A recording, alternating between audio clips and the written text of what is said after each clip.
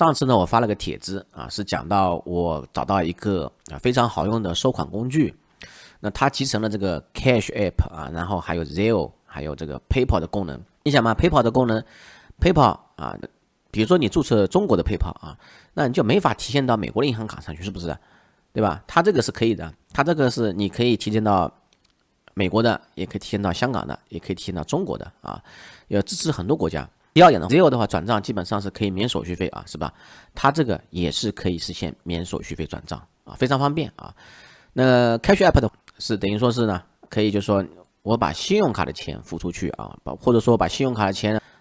套出来啊 ，Cash App 有这个功能啊，这个不多说了啊。但是有很多东西呢，其实是不让中国人用啊，也不是说不让中国用嘛，就是说你可能没有美国银行。可能用不了，但是这家的你可以用啊，还是非常方便。中国人完全有资料可以用啊，你就用中国身份证号码啊就可以。原本的话我是没有注册账号的啊，这个老外呢，他有我的一些资料，让我提供了美国的银行卡给他啊。其实有没有美国银行卡是无所谓的事情，你可以自己注册啊。那如果说对方给你发了一笔钱，你没有注册呢，就像没有注册的话，就像我这样子啊，我开始没注册，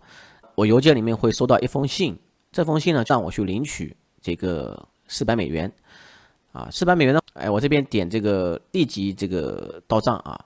其实立即到账的话是说白了啊，说这家 VEM 公司是垫付了这$400，所以说你这个立即到账的话，他要收手续费的啊。那他这边写了啊，1%手续费。那如果说我可以说慢一点没关系啊，但是我不想付手续费的话，2到3个工作日直接免费到我的银行啊，申领这个 payment 啊。零手续费是吧？当然，这个到银行的话是到美国银行是零手续费的。如果说你到中国银行的话，要产生国际电汇费的话也不贵啊，我看了下应该是比 PayPal 便宜，比美国 BOA 还便宜。好，打开网页是这样子的啊，我这边的话我也没法给你推荐嘛啊，因为什么呢？如果说你是注册个人账户的话，我推荐没用的啊，它也没有这个 refer 链接的。它分2种账户，一种是 business， 一种是个人账户啊。说白了就是说呢，它就是个人的，其实有点类似于 Zelle 给你免费使用，但是 business 的话，它可能要收费啊，它去赚 business 的钱，明白吗？就好像我们用支付宝，支付宝你付款收款基本上好像免费啊，但是如果说你商家收款的话，它提现是要收费的。比如说他商家的话收单这个信用卡付过来钱啊，也是要收手续费的，道理是一样的啊。这边的话，我这边可以直接点这个注册，也可以点直接进入啊。那么我点这个 sign in 吧。那另外提示一下啊，如果说你要注册账户的话，我觉得你可以用中国 IP 注册啊，没有问题的。那如果说你是用这个绑定谷歌的，那你就自己想办法了啊，再印啊。好了，到达这个界面啊，一般来说的话，这边会有3个提示框，让你完成一些东西啊。其实呢，我是没有绑定，我一开始绑定了这个借记卡，但是呢，我后面发现，美国的话是借记卡跟银行账户是分离的嘛，所以说我只绑定了银行账户，我就不用借记卡了。为什么不绑定借记卡呢？因为借记卡如果说当我要付给别人钱的时候呢，借记卡这边的话是要收费的它是直接就是可以转的。那如果说通过银行账户的话，虽然慢一点，但是可以免费手续费，这点区别。当然的话，你也可以绑定你的信用卡付款这样的话，对方立即收到这个钱。好，我给大家看一下这个到账的时效怎么样它是这样子的这是这个人给我转$400，他在4月1号的时候呢发起的他是设置一个付款。这个付款呢，要从他的银行去扣账大概就是4个小时嘛扣账转到这个 VEM 的公司初始化，对吧？在他们账上放2天之后呢，3号了3号之后呢，他再转到我的这个银行账户4号我到账了就这样子简单但是呢，这个时间的话，你要看看这个时间的话，1号到4号大概也就是3、4天吧其实呢不止因为他这边的话，初始化这边说实话还是比较慢的。还有一点的话，就如果说你没有美国银行账户没有关系的你可以绑定中国银行账户甚至的话这边有个钱包这个钱包的话余额你可以放在余额里面，它这边还有 FDIC 的这个保险这个跟银行的存款是一样的不会丢失这个钱的就算丢失了也有保险赔偿的。那你回头这个钱先存在这个钱包里面，回头再提现或者说汇款到中国的银行没有问题。好，我打开的设置界面比如说这个 Send Payment 付款，然后呢这边的话是我绑定的是一个 BO 的银行账户啊，银行账户跟借记卡是不一样的啊。它这边如果说绑定卡片的话，等于说这边有3个选项，一个是钱包，它的钱包，一个是银行账户，一个是卡啊，这样的话付款。但是绑定借记卡，如果说你发送的是要有费率的啊，那还有这边的话就快速发送啊，跟国际转账啊，这个是不一样的。你可以看到这个跨境付这美元的话，比如说我放在钱包里面，付款的这个是29到40美金啊。比如说我在钱包里面钱，我要直接付给一个中国的银行账户，那这29到40啊，具体我没测试过啊。好，我们再看这个如何收款啊，收款界面的这边的话我设置的也是一样的啊，我为省钱嘛，那你也可以设置中国银行卡绑定上去啊，那样的话作为一个收款的方式啊。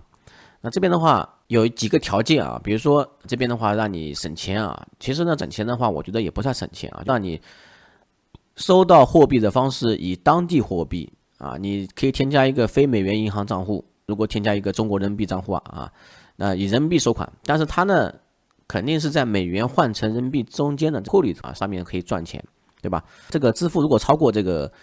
1万美元的话，将产生40美元的这个费用啊，我觉得也还算可以吧。而且呢，这个国际电汇基本上如果说你用 PayPal 的话是35美元，那你看这个的话，它是平价是29美元29美元，算便宜吧，比 PayPal 便宜，对吧？这国际电汇费那如果说你添加一个中国人民币账户的，估计这个29美元你可以省但是呢，也像这个 Wise 一样可能收几个点1.5之类的吧。好，另外这边有2个选项第一个选项呢，就是说呢，付卡费比如说别人给你转账嘛，说实话，这个转账呢，理论上来说是不能允许用信用卡去付款的，对吧？他这边收这个3.5费率这就是为了快速因为美国银行的银行账户跟借记卡是不一样的借记卡的话付款是很快的，那银行账户的话，它是可能需要等2天发生个请求。那这个卡费的话，如果你点勾选的话那这个老外的话付款会更快，但是这个3.5的费率算到你头上了本来的话，如果他付款的话，他既可以选择这个银行账户付款，也可以选择用卡片付款。那如果卡片付款的话，这个3.5算他头上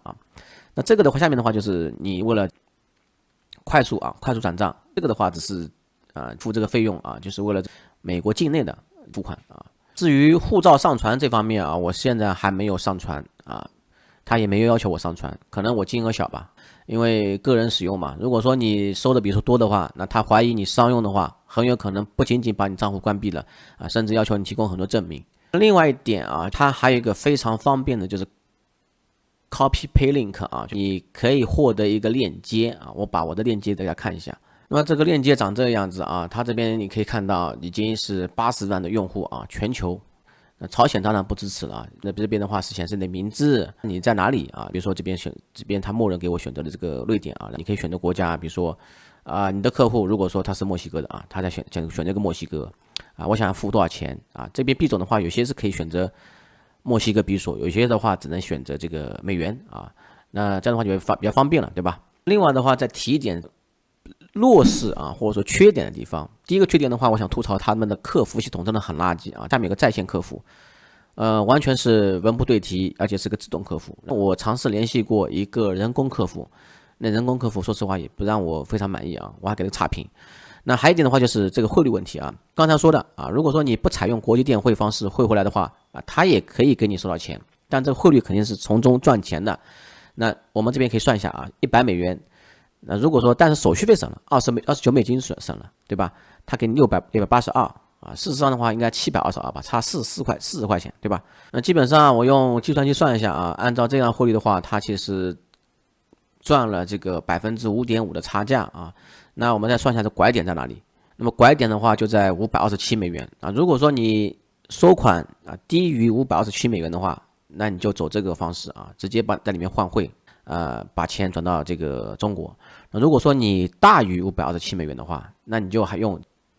平价的国际电汇29美元付给他。那这样的话方式这样更划算我帮大家算好了。那另外最后一点想说的话，就说呢，有些东西呢，你这个东西个人账户就不要去做商用如果说你要商用的话，你要注册商用的账户，否则的话，我很担心你这个账户会出问题我先提醒到给各位偶尔收几笔这个个人的账户没问题啊，如果商用的话，你一天收好几笔，那肯定是人家不会让你赚这个羊毛的